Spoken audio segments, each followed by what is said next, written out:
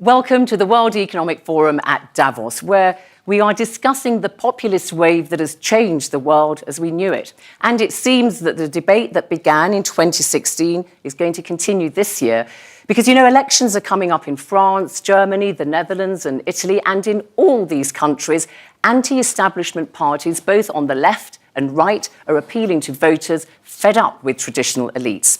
Now, let me tell you who's on our panel. Well, we have Alexander De Croo. He is the Deputy Prime Minister of Belgium and Minister of Development Cooperation. And Alexander, you're also an economist, so that makes you doubly qualified.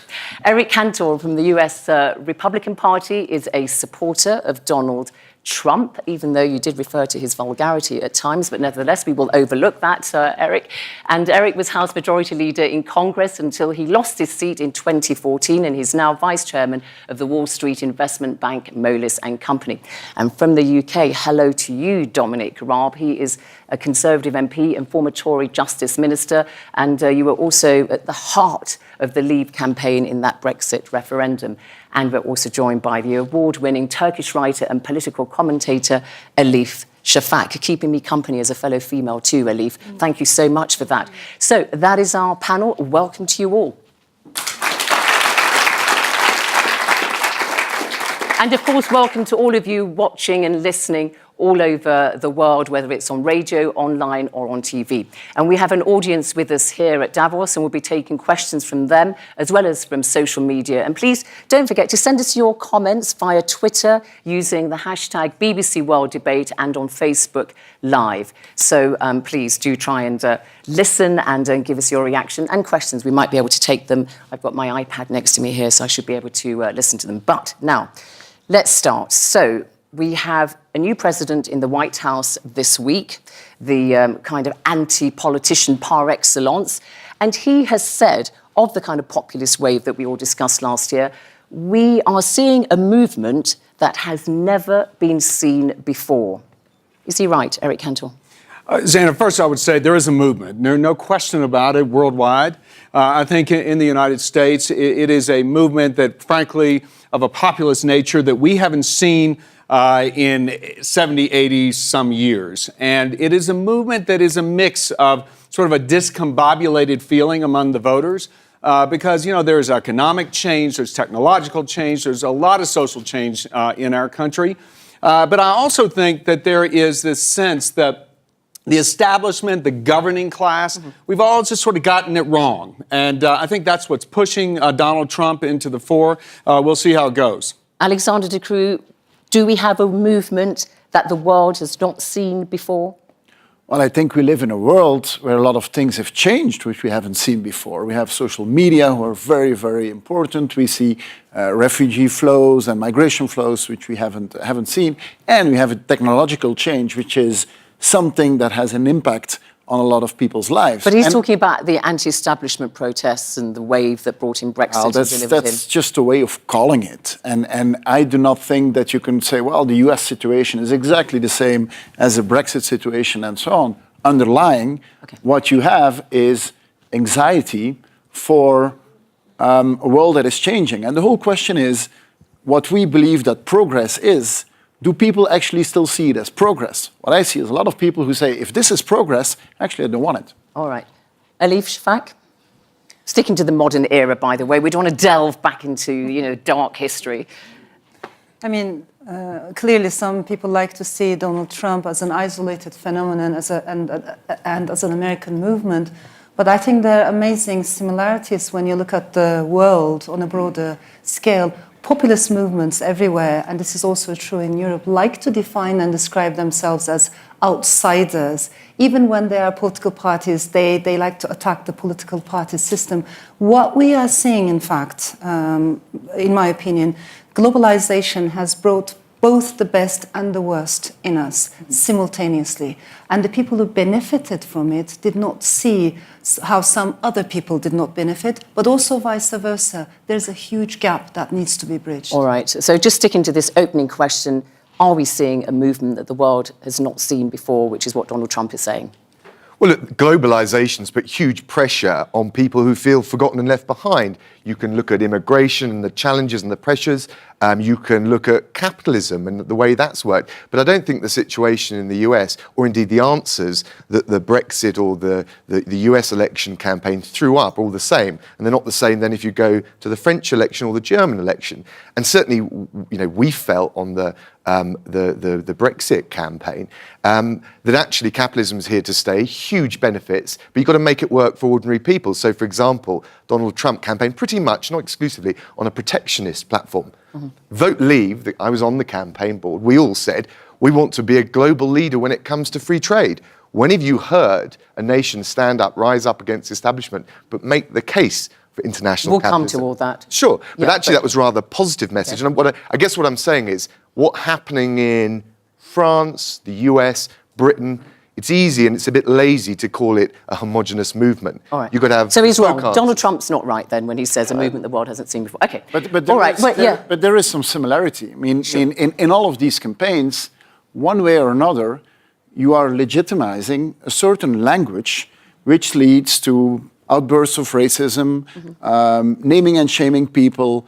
And that type of language, I think, up to now, was never been used in politics, or there was a bit shame of using that type of language. Now, it seems that that language is something So which you're is seeing a completely... negative phenomenon. And the question is, who are you legitimizing? We are going to have some questions, I know, and social media and what the kind of, political discourse on social media will come up later. But just, very quickly. Yeah, I was going to say, look, I do think there's a common theme. And the common theme is there is no confidence right now in the so-called government, governing class, those here in Davos who are considered the elite. There's just no confidence because if you look at the institutions of democracy, frankly, democracy is not under attack. It is liberal democracy in the classic sense of the word, of limited government and of free markets. That's what's under the attack. You say elites like those here at Davos. You're here at Davos. So are you a member of the elite? Certainly. You are a member of the elite. Listen, if the definition is those of us who have served in elected office, those of us who are in the professional class who believe in capitalism, we are deemed to be that part of the elite. But you can speak for the disenfranchised masses. I have been a victim of some of the beginning of this movement. When I lost my primary in 2014, again, very unique circumstances in the state of Virginia. We are very different, 50 states. But what I can tell you is there was a sense, no matter what I said about the meaningfulness of what we were trying to do in the Congress, whether it was to cut the deficit, whether it was to try and do something to reform the immigration system, it was, you're the leader, you are Washington personified, you're out. And I think that is the commonality. And that's what saw you lose your seat in 2014. That is the commonality. It obviously triggered a period of reflection for you then, Eric Cantor. Well, listen, I think that we all know that our formulas, we believe in free markets. They're not working for everybody. All right. Listen, I think it would be quite nice just for a moment to get out of Davos and let's just hear what some of the masses on the streets are saying, because, in fact, we've been testing the mood in Germany, the United Kingdom and the United States. And this is a flavour of the kind of things that were said to us. I think that people wanted something different. And right now we had a lot of Democrats. And so when we want something different, we just choose the other side. And that just happened to, unfortunately, be where Donald Trump was. It's a disheartening situation that government seems not to have a pulse on Americans and how they feel and what's going on, truly. There are too many people telling little old England what to do. I think that the people are a little bit, or don't trust in the government anymore, and there's a lot of anger in the society. The fact that so many people have been disenfranchised through years of not properly being listened to, and a kind of an elite serving mainly for themselves, I would imagine, and kind of forgetting vast swathes of the population. Immigration, unemployment, lack of opportunity, feeling of sense of wanting to, a bit of xenophobia or stuff like that. The far-right political views are gaining traction. I think there's a lot of immigration, there are a lot of ethnic minorities who are gaining prominence and who have influence. I think it's just a boomerang of Western politics. When we had the crash some years ago with the banking system, that we as a nation seem to survive things very well and pick up and continue. But I think in the long term it'll be for the benefit, because ultimately we're going to be able to deal with, you know, nations like your Chinas, your Indias, the trade deal with probably America now with Trump obviously. I think he's going to put Americans back to work. Honestly, I think he has a better sense of business, a better sense of what the working class is looking for. No hope. No hope, especially for our generation. Just a lot of fear. More fear than hope. There's not a lot of direction given to us from the government about where we're going. My fear is that populism is on the rise and that it will extend, and especially since we have an election year in Germany. Is the next 4 years going to be like a Trump reality TV show, or is it going to be, just like the last 8 years where nothing gets done?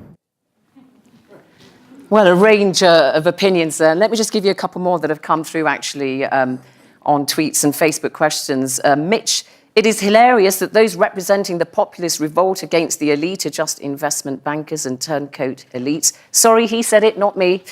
Engelbert and Tobo, the world has been dragged into a system. The same system was rejected when Obama won with change. Nicole on Facebook, we're seeing a movement, but it's been happening for a few years. What an irony, inviting establishment to talk about establishment versus populist in Davos. Can't get more ironic, can it? Oh dear, I hope that hasn't deflated all of you, because we will carry on undeterred discussing what we intend to discuss. Dominic Raab, we heard people there talking about their fears of immigration and not having enough jobs. I mean, what do you think has been driving this anti-establishment mood? Is it the politics of fear, or a rebellion of the forgotten, or a bit of both? Well, first of all, on the whole issue of immigration, of course, it was a major part of the Brexit debate.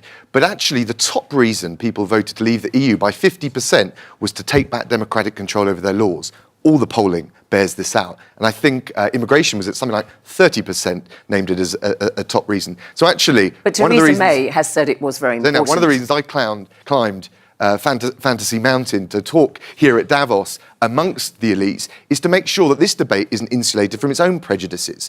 And you talk about Project Fear and negativity. Actually, the feeling, and I was knocking on doors during the Brexit referendum, that actually the fear and the bullying was coming from the international elites, the bankers, the IMF, who all predicted Britain would nosedive, couldn't survive on its own unless it was within the EU. And what do we know? Within 6 months of the Brexit vote, Britain was the fastest growing economy in the G7. I'm not saying there aren't... So far, yeah. Well, that's true. But actually, the fastest growing G7 economy, record levels of unemployment, FTSE... Yeah, but we know that economics goes up and down, don't we? And people are worried about inflation in the UK. And all the polling backs this up. The vote leave was the Project Hope, and it was staying in the EU, which rightly or wrongly was characterised as Project Fear. And I think that at the top of this mountain, people need to understand that's the way the debate played out in Britain. Elif Shafak, so fear was a driver, but although Angela Merkel in Germany, the Chancellor, has said that fear cannot be the guide for political action. What do you think of what she said and also what you heard people on the street say? As a writer, I'm very interested in the way in which we use concepts so easily, elite, experts, establishment, without necessarily putting too much thought into it. We tend to miss the fact that the people, especially populist politicians and demagogues who are leading certain campaigns across the European continent today, are themselves also part of the elite. It's just another elite with a different ideology. I'm worried that we tend to take things granted too easily. You know, democracy, multiculturalism, diversity, these are things that took decades to build. And we tend to forget that at the very beginning of this journey was also shared core values. My worry is history doesn't necessarily go forward all the time. Sometimes it goes backwards, makes zigzags. Sometimes we do make the mistakes that our own ancestors made decades ago. So there is a big emphasis today on tribalism, the idea that sameness will bring safety, that we will all be safer if we are surrounded by... You don't think that's true? In fact, we've just had that's Ronnie on Facebook says no one feels comfortable in an overcrowded room with strangers. We all know what he's talking about there. That's the kind of sentiment you feel we are now seeing unleashed. Because I come from Turkey. I come from a country that has never appreciated its cosmopolitan heritage. And I think by losing that diversity, by never being able to develop a language of coexistence that also celebrates diversity, we lost a lot. I'm not only talking about economic loss or social, but also in our conscience. That loss is too big. And I don't want Europe to make the same mistakes. Well, she doesn't want Europe to make the first mistake, so let's go to you, Alexander De Croo, as Deputy Prime Minister in Belgium. I think that what we see, and this is common in all those populist movements, is that they are using two tools. One of them is fear, and the other one is identity. And the combination of politics of identity and politics of fear is a very toxic combination, because it always ends up with saying the other ones are the bad ones, and we are the good ones. And this is what in any of these campaigns is coming out. You are, in this way, you are legitimizing certain racist groups. Now, it might not be directly the goal, but it's happening. In the US, more or less white supremacists are being legitimized. You see this in France, you see this in the Netherlands, and you have to be very careful with what you do. You talk about people. This naming and shaming of certain groups and saying, you know, those Mexicans, this is who they are. This is just labeling people in a way which I think is a very dangerous way. Let me just step in. To do. Let me just step in and offer a little counter. You can look at him, not me, because he's the one who put the questions that annoyed you. A counter view, because again, if you're talking about name calling, I think the most well-known name calling incident that had the most significance in the U.S. election was Hillary Clinton calling Donald Trump supporters deplorables. It spawned the incredible sale of T-shirts saying, I am a deplorable and I love it. So let me just say this. So the name calling can go both ways. And so what... sorry, Eric, because what Alexander said was something different, which is he said the white supremacists are finding a voice. Nobody is suggesting that Donald Trump is a racist. Absolutely but the not. fact is there were white supremacists who did applaud his victory, as the far-right group in Belgium applauded Trump's victory too. And let me say this, and Donald Trump has been quick to say, as his campaign folks have said, as his administration folks have said, that they have no tolerance and will not in any way align. I don't differ with you that there was somehow an event where some of these real fringe groups had a moment to say, hey, he's our man. But let's just say what the reality is. The reality is there are people who are afraid. There are people who are very, very fearful and are looking for strong leadership. I know that across these different countries here, we have this sense within the populations that there is a need for us to have national identity again. What do we talk about when we're in Davos? We talk about internationalism. The people here agreeing with you, Eric Cantor, Jens on Facebook, it is vital to understand why populism is appealing. So, you know, there are people who do go with that. Yeah, just briefly, because I'd like to go to the floor. Elif wanted to speak first, and then you, Dominic. Sure. It's true that it was a mistake to call half of Donald Trump's supporters as such. Deplorable. Deplorables, a basket of deplorables. And it is true that not everyone who voted for Brexit or who voted for Trump, we can't call people racist or put labels on them. There are lots of anxieties. We are living in the age of angst. And the Liberals, Democrats, Progressives, on the whole, we have not done a very good job in terms of connecting with people's emotions. I think it's perfectly okay to have anxieties about the future of our children, also anxiety about refugees, immigrants, because everything is changing so fast. What is not okay... You think it's legitimate for people to have worries about refugees and immigrants? Perfectly okay. We writers are anxious creatures. How can I belittle anyone else's anxiety? But what is not okay... So when people are concerned about Turkish refugees and immigrants in Germany, you say they have got legitimate concerns. I understand anxieties, I understand emotions, but what is not okay is to be guided by fear. All right. What is dangerous is when politics is guided by fear, and I think nations on the whole have made the worst mistakes in their history when they were guided Dominic by fear. Raab.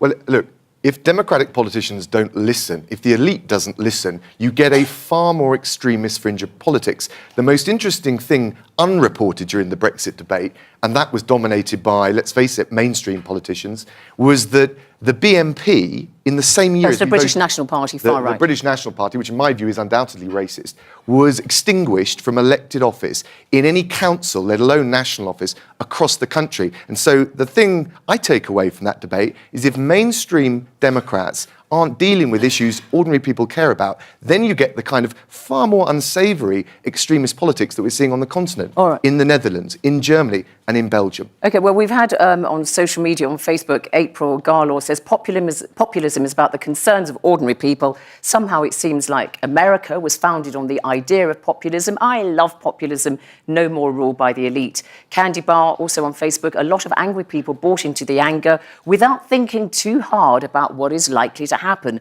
That's why Trump was elected, despite what he said, and even if he contradicts himself all the time.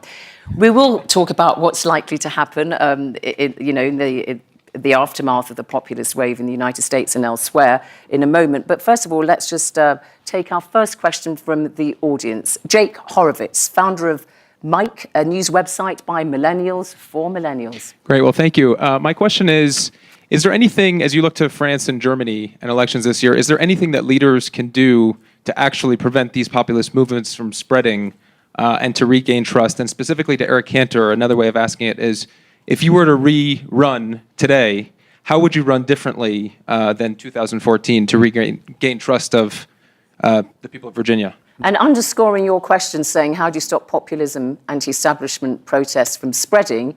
Implicitly, you're critical of them. Is that what you're saying? Well, for the people who are on this stage, who are part of the global elite, how would you regain the trust, is my question. How you would regain the trust. Okay. Maybe just one first point I want to make, because what I hear here is saying, well, everyone who's not a populist is not listening to the public. No. I beg to say that that's not true. I mean, that's definitely not true. That? I'm not saying that. Well, you more or less implied that. I'm saying democratic politicians that don't listen to mainstream opinion and legitimate concerns on something as sensitive as immigration. You ignore that, then you get the extremist fringe. Okay. Just to say, I don't think we're ignoring that. I think what is different, obviously, is when you have a complex problem, is that it's too easy to just reduce it by saying, easy solution, close the borders, do this, and everything will be solved. That, I think, does not work. And one of the issues that I think politicians in general have is, how do you bring a moderate message in a more radical way? It's very easy to bring a radical message in a radical way. This is very easy to do. But your message is not getting through, is it? If you look at Belgium, you've got the centre-right, very far-right, NVA, which has got about 30% support in the electorate. You've also got the far-right, Vlaams Belang group, which has got about 12%. It's in opposition in all levels of government in Belgium. And these are all very strongly anti-immigration parties. So what Dominic Raab says is that if the mainstream parties such as you are not listening, you're going to see these parties gain traction, aren't you? Look, this is a long thing. The Vlaams Belang was first time in the 90s. I mean, let's not reduce it to what is happening here. What I am saying is that I see that it seems some politicians have some problems in going in direct dialogue with the population. That would be a big mistake, to leave the dialogue with the population to the populist. I mean, the dialogue with the population is for everyone. There needs to be enough openness to do it, and a very direct way of doing it, and finding a language which is clear enough, but which is not a radical language. Right. And how do you gain trust? Was Jake's question. Let me go back and speak back to Jake's question. Let him soak up his applause. So, first of all, I think let's set aside the example in Virginia. Very unique circumstance with, you would understand as American, open primaries. I won the Republicans. It was 1/3 of the 60-some thousand in the electorate, my primaries, setting records that actually came in and sabotaged. We'll set that aside. But how do we regain trust? I can tell you, number one, the immigration issue, as was the case in Brexit, very, very central to what Donald Trump's message was about. It's not about changing the message about what we stand for, because I get it. It's frustrating. It's frustrating if we think we're doing the right thing. I went very, very hard on and in on trying to affect immigration reform, to do something for the so-called dreamers, the kids who were brought to America by their parents due to no fault of their own. I wanted to do something about it. But you know what happened? I got caught in the middle. I wouldn't support the President Obama's comprehensive reform, But my side said, hey, he's for amnesty because he wants to do something for the kids. But I think what has to do on that big question of immigration, we can hear from the Europeans, is like Donald Trump is saying, build that wall. That is a demonstrable item that we can point to say, you know what, the federal government, those in office are listening. And by that, I think you can earn the trust again. Will it just be a symbol? Because, I mean, will it work? Well, no, listen. I mean, Obama deported lots of irregular migrants and he didn't have a wall. It can work, and the laws have to be enforced. Very quickly, to answer the point on trust, regaining trust. Absolutely. But because actually, what I want to add on there is as well, we often use, we hear it, the term populist being used in a pejorative way, whereas actually we are hearing a message now from Eric and from Dominic that listening to what people say is something which the mainstream parties ought to be aware of and really ought to be doing more of. I think we need to pay more attention to the usage of the word real people, as if there are also unreal people. After the UK voted out of EU, Nigel Farage gave a talk and he said the decent people, the real people in England have, voted. What about the others? So I'm very suspicious of the usage of this emphasis. But you are right. How do we change things? I think all of us as individuals have a role to play. Politics in the conventional sense is changing. It's not about left versus right anymore. There are many more factors. Also the age gap. One thing that can make us more optimistic is that the young people across the board, they do believe in multiculturalism, even though it's not a fashionable word anymore. They do understand the value of diversity. So there is hope in that regard. Right. But we cannot only expect the governments to lead this. Let's go to another question from the floor. Ken Roth, the Executive Director of Human Rights Watch. Fire away. Thank you. My concern is not with the issues. Clearly, there are genuine concerns about job loss, wage stagnation, the cultural change of immigration. Those are real concerns. My concern, though, is with the ugliness of the populist response, the campaigns led around racism, xenophobia, misogyny. And I worry about what a poor job politicians have done in standing up to that. They either put their heads in the sand, hoping the winds of change will blow over. Some of them change the subject, talk about Hillary Clinton's deplorable comment. Some of them actually try to preempt the populists with things like burqa bans that end up actually just reinforcing their message of intolerance. Why have we seen such a poor defense of liberal democracy? Dominic Raab, I'm going to put that to you. Your father was an immigrant into the UK from what was then Czechoslovakia. And we have seen post-Brexit, the Polish ambassador in the UK complain to the British authorities saying that they have seen a huge rise in xenophobic attacks against Poles, for instance, because there are about 800,000 of them living in the UK. How would you address Ken Roth's point? Well, first of all, I have absolute zero tolerance of any hate crime. One of the reasons hate crime has been steadily rising well before the Brexit vote is because the means of reporting and doing something about it got a bit better. But let me be absolutely clear. Look, you'd say mainstream politicians haven't stood up to it. Judge me by my actions. When Nigel Farage produced an unsavoury poster, I made it very clear I didn't want to have anything to do with it. So did Boris Johnson, so did Michael Gove. Marine Le Pen wanted to come and support Brexit. I put out with Gisela Stewart, the Labour MP, a very clear message saying, do not come. We do not share your values. Our message on Brexit was we want to be a self-governing democracy. We want to be the best of European friends. Sure. And at the same time, we want to broaden our horizons. But how do you deal with that fringe of people who occupy... Yes, sorry, carry on. Yeah. But the point about the EU is it's rather a Eurocentric club. Right? And one of the points we made, for example, about immigration, my wife's Brazilian, is that the rules on EU immigration are discriminatory compared to the rules on non-EU immigration. Now, look, it's not my fault if the media don't pick this up at every point, because, of course, they go for the most racy element in the campaign. But whenever I was asked about these things, I was absolutely crystal clear. And so were the leaders of the Brexit campaign, and we wouldn't have been on the board. There's a big fight who controlled the Brexit campaign. We wouldn't have been on it if Nigel Farage had been on it. But look, Nigel Farage was then leader of the UK Independence Party. But look, this was a debate for the whole country. You can't shut these issues out, and you can't shut the voices out. What you've got to try and do is be very clear. For my part, I'm confident I was. But how do you feel about occupying that same space of the people who backed that poster you're referring to, which said 70 million Turks coming into the EU? And Boris Johnson, of course, part Turkish ancestry. We talked about your links with the Czech Republic. How did that make you feel when you were in the same camp arguing for My Brexit. point was, at least officially, on we weren't, and we made it very clear. But look, I can't censor Nigel Farage or UKIP. All I can do is say, look, I want Britain to be an open, outward-looking country. I want us to be welcoming of genuine refugees, but I do understand the legitimate concerns that mainstream opinion, not the fringes, have in Britain about the volume of immigration, the pressure it has on wages, the impact it has on local communities, the strain on local services. And my point comes back to it time and time again. If mainstream democratic politicians aren't willing, not just to be brave in the sense that you suggested, check the reports, the footage, you'll see what I'm saying is true, but also to grasp the legitimate concerns that people have. If we don't do that, we fuel the extremists.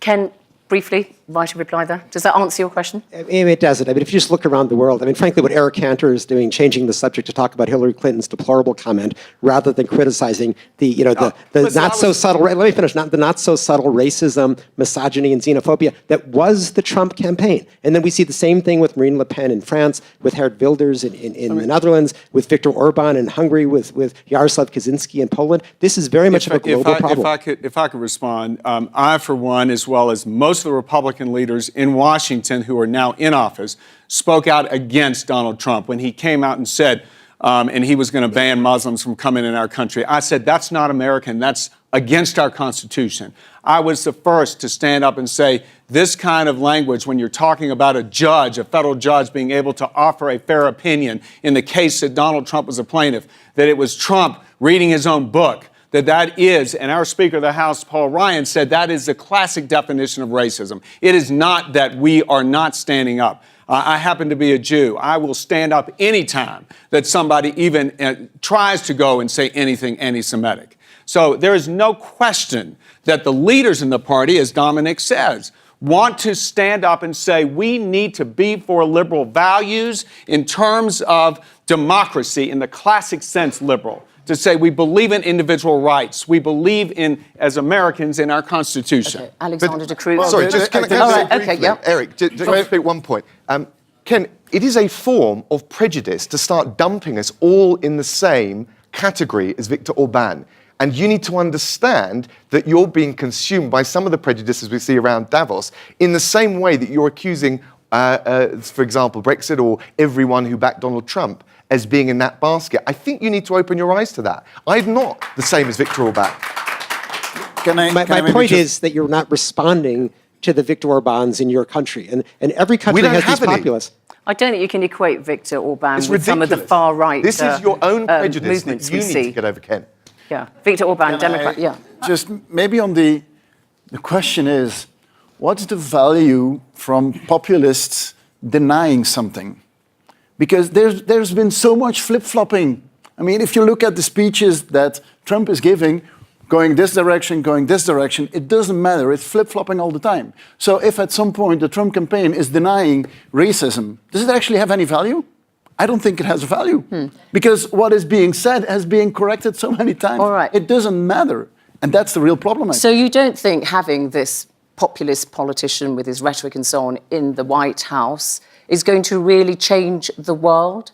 Because he's already talked about some of the things he wants to do on an economic level, obviously America first and making sure that, you can bring manufacturing jobs to the United States and not have goods manufactured in Mexico, China or whatever. I mean, he's talked about putting Americans first. Well, obviously things have changed. I mean, if you are here, you hear China, who's actually pushing sustainable energy and campaigning pro-trade, and you have the US saying the opposite. So has the world changed? Yes. So what, you mean Obviously, China? the world has changed. China is going to be the new leader of the liberal... We will have to see what happens, but at least the speech has completely flipped around. You're talking about President Xi's speech when he said globalization is very important and it's good for people and you shouldn't shut it out and...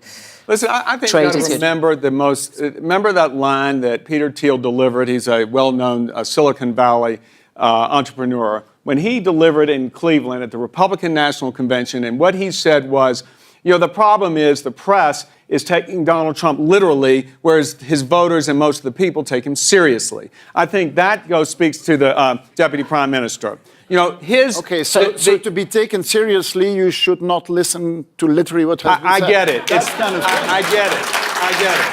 I have to change my style. I get it. Listen, it was a frustrating it has been a very frustrating time for all of us and anybody who has served in office in the past up until now. Because how do you go and respond to something like that? All we can do is speak out if there's injustice, right? And so, but the bottom line is Donald Trump was so out there in terms of his expression. That's what attracted the sort of people who'd never been involved in politics and said, you know what, he speaks for me. What does it, we've got that, but, sorry, Ali, if you want to come in and then I'll come back to you with the point, Eric. Well, I think that xenophobic language that we have heard over and over again was not a side issue. It was very much at the core of this campaign, because populist movements, and I agree, there are lots of differences as you move from one country to another, but there are lots of similarities as well, and we need to pay attention to those similarities. Very much at the core of all populist movements lies this distinction between us versus them. Is that the case? You've got populism on the left and the right. Yes. I mean, Podemos in Spain, Syriza in Greece. But I'm going to come to my next they point listen from to people. here. We do make this distinction, or we hear it a lot, between, let's say, the corrupt elite and the real people. One implication of this is, and I understand there's a reason behind it, because we have had the Arab Spring, which unfortunately foreign experts did not see coming. We have had the financial crisis, which again, financial experts did not see coming. And then Brexit. So many intellectual people, intelligent people said, no way, it will never happen. And then with Trump's triumph, again, so many people said it won't happen. So the feeling on the part of many people is, well, these experts really don't know anything, and populist movements have been triggering this. What you need is only rely on your gut feeling. My worry is, and I am critical of the experts and their own little bubbles and echo chambers as well. I do honestly believe we need specialized. Okay, let me. Sorry, just to add, interdisciplinary work. But the problem is we are moving towards a direction in which knowledge itself is being underestimated. Anti-knowledge movement, this is very, very dangerous. Agree. So, you're referring to something which has been said before about evidence-based, policies and thoughts that are more important. What we're getting on Facebook is, Hilda, we're legitimizing offensive language for our future generations. Vishna on Twitter, is reason of fear of European countries that control over globalization has changed from their hands to Asian countries, echoing your point, Alexander de Croo, that President Xi made quite an impact at Davos when he talked about globalization. We shouldn't try to turn back the forces of that. Why can't elites accept the results when they lost in elections or referendums? Is Parathaborn on Facebook. And both in the US and in the EU, people want rules on immigration. So quite a lot of a reaction there from them. But just to go beyond what animated the anti-establishment protests, because we have discussed that before, but what does it actually mean in practice, Eric Cantor? Are we going to see policies put into place which are going to suggest that the United States under Donald Trump is going to be radically different? Foreign policy, we know he's signalled a closer relation, we think, so far with Russia. He's called the agreement with Iran the dumbest deal he's ever seen. So, people are thinking that things are really going to change. Again, trying to disregard some of that hyperbolic language, because I know how frustrating, believe me, frustrated with that. But number one, all of us here, again, we believe in free markets and individual rights. I am and do believe that we are global, we are interconnected, and we need each other. But we need to listen to the voters after they've spoken. So number one, Donald Trump says we need to make America great again. That means economy. We have been suffering in America under the policies over the last 8 years under President Obama that has frankly almost produced an anemic, if any, growth at all. And so, number one, we have got to... Absolutely. You look at it. You listen. We're not going back to look... let's look forward, not look back. Our economy is so big that when you lose 1.2% growth rate, that's a lot of money. That's a lot of jobs. So if we can return back to 3% growth, that means a lot of jobs for a lot of people and more wealth to go around. So more protectionism we're going to get, protectionism I'm for talking American about jobs. in our domestic policy and tax reform. I'm talking about the healthcare reform that's such a big part of our economy. Secondly, there's a real fear in our country, legitimately so, about security. The terrorism that has infected all of us. People are afraid when they turn on the TV and they see that. We've got to have leaders who will demonstrate, they will call out the enemy when the enemy is known. We understand all that, but what is it going to mean in practice? Because we know that he's talked about imposing heavy duties on imports coming in from China. Could that lead to a trade war? No, we don't want a trade war. Yeah, but No, we're just asking. We've talked about populism, this populist wave, and so on. But what does it actually mean in practice? What impact is it going to have on the ground? In practice, policy-wise, a lot of support for economic reform. Number two, a lot of support to say, America needs to step up and re-engage. A lot of us have felt that America has not been in a leadership position it should be over the last 8 years. You look at the Red Line incident. You look at the agreement with Iran. These are all things that are wildly rejected by the American people. Overwhelmingly, the polls have indicated the majority say the Iran agreement is, and that's why Donald Trump says that. Because he's got an overwhelming majority. You say that, but there was an election in the United States. Of course, Donald Trump won it because of the Electoral College, but you mustn't forget that 2.8 million voters voted more. You take out New York City and L.A. County, Donald Trump got a majority of the populace. But 2.8 million more. Hillary Clinton got 2.8 million more voters than Barack Obama, than Donald Trump did. Okay, very quickly, so I'm going to go back to the floor. Dominic Raab, we talk about populism. What changes in terms of policies are we going to see on the ground? Well, look, one thing you can't do is stand in front of the forces of globalization and capitalism and just deny it's happening. It's like standing in front of a wave coming with a sieve and thinking you can stop it. But what you've got to try and do is make it work for, if you don't like the term ordinary people, then I think specifically lower middle income households who felt the pressure. I can talk to my experience, a Conservative government with austerity. We saw 3 million new jobs created, and which was odd, we took 4 million of the lowest paid out of income tax. Inequality during the austerity period in the UK compared to 2010 when we came in actually dropped. So talk is cheap for most people when you knock on doors, but what you've got to come up with is tangible answers and make capitalism work for what I regard as the economic little guy. And post-Brexit, you think that's going to happen? Consumers. Well, look at what Theresa May has said in the, frankly, far more optimistic and fulsome explanation of what her vision of Britain's post-Brexit future is. It's we want to be master of our own destiny in terms of democratic control. Yes, we want to be good friends with our European allies, like Alexander and the rest of Europe, but we also want to have a global horizon and make free trade work. Remember about free trade.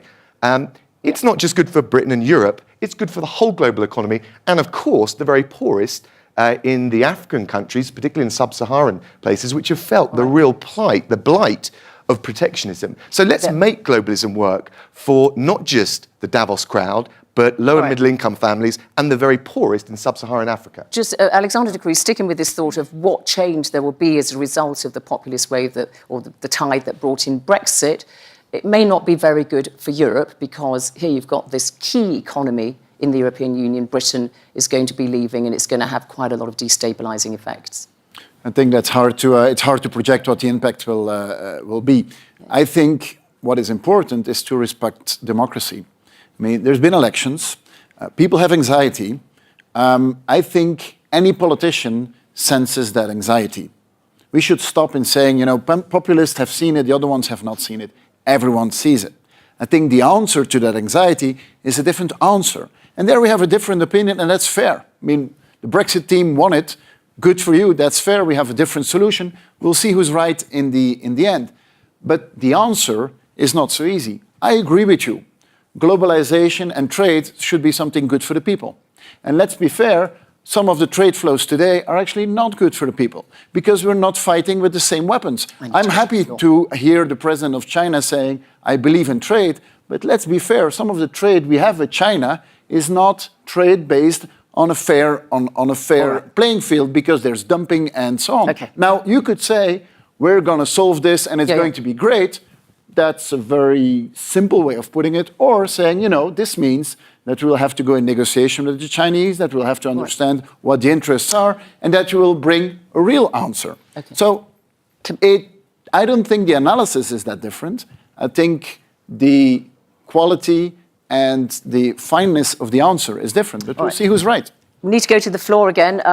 Alberto Alemano, founder of the Good Lobby, which works to get people's voices heard. Your point, please. Thank you, Zina. Well, I would like to ask the panelists to forget about the present and to think about the future. Populists are coming to government. This is something quite new. What is going to happen to society? What kind of society populists are going to be able to deliver? What kind of cost this choice might be made? Are we embracing a more divisive society? Are we legitimizing? So if I can push a bit further the Alexander's point and also Elif on this, what kind of society we're going to be seeing in 5 years' time? Yes. You know, the word destiny has been used, and I think our destinies are interconnected. Whether we like it or not, we are far too globalized to try to disconnect ourselves from the other and to think that by erecting walls or closing our doors, we can be away and aloof from the problems. In a world that has witnessed 9/11, transnational terrorism, refugees, we're all in this boat together. It is perfectly okay for people to have, patriotism and feel connected, attached, love for their own nation, culture. I totally understand that. But in addition to that, let us not forget, we are world citizens. We are global souls. What will happen if populists stay in power? And I think that is a crucial question, because history shows us that when they came to power, they benefited always enormously from the state apparatus, from owning the state apparatus. So in other words, they ended up becoming even more powerful. That's why we need to take this very seriously. My worry is populists in one country are breeding more populists elsewhere. Extremists are creating more extremists in another place. We did not talk about the Middle East yet. And it's a huge I don't think we can go there yet. That so many people are losing their faith in democracy. It's going to be a big challenge because they're saying democracy is not suitable for us. How do we renew people's faith in democracy? The question was what... The question was, Alexander De Croo, looking forward, what is populism going to mean? Is it going to lead to divided societies? We say, we've got key elections, the Netherlands, Geert Wilders, very anti-immigration, anti-Islam, riding very high in the polls, the Alternative for Deutschland. In Germany also, we've got key elections coming up, and they are doing very well. Also, we've seen how they've performed extremely well in regional elections so far. So there is a concern, isn't there, from people like you about what might happen in Europe? Look, I'm very sorry, Alberto. I have no crystal ball. I don't know what is going to happen. But still, there's a few elements. I mean, these campaigns are always built on divisive campaigns. These are campaigns about we good, others are bad. That has an influence. If you see the way the build-up towards the instauration of the new president of the United States, well, this really is a very divisive view, and the approval ratings of Trump have actually been very low. It hasn't even started, and the approval ratings are already at the bottom. But that element of divisiveness it's a political strategy. I don't agree with it, but everyone is free to use the strategy that he or she wants. But we have to be very clear on certain rules. Non-discrimination, equality of chances. Do we still believe in certain norms that it's not where you come from that is determining, but it's your future that is determining? These are things that we have to be very clear on. And it doesn't matter who's in government if we see policies that are going in the wrong direction. I think we have to be very clear on that. We've got another question from the floor. Maha Saleh lives in France and works in communication. Your question, please. First, thank you for this valuable discussion. My question is, can we consider the new increasing wave of populism, which we have been witnessing in social media, as a way of protesting? And how has social media been contributing to the growth of populism? Why don't I come to you? Because President Obama, in his final speech as president, talked about the corrosive influence of social media, where we are seeing political tribes, and he's very concerned about that. I think one of the big concerns I have is fake news. And honestly, a lot of this sort of populist wave has been built on some wrong assumptions, and there is really a lot of inability to sort of filter for so many people, and the tens of millions of people on social media, on Facebook, on Twitter, and other things around the world. So, we've got to get used to it. It's a new medium, right? It's nothing but a medium, but it's about communities being brought together. But how do we ensure that the facts are out there? And this is the problem. I mean, I think all of us have been taken aback by this wave that is hit.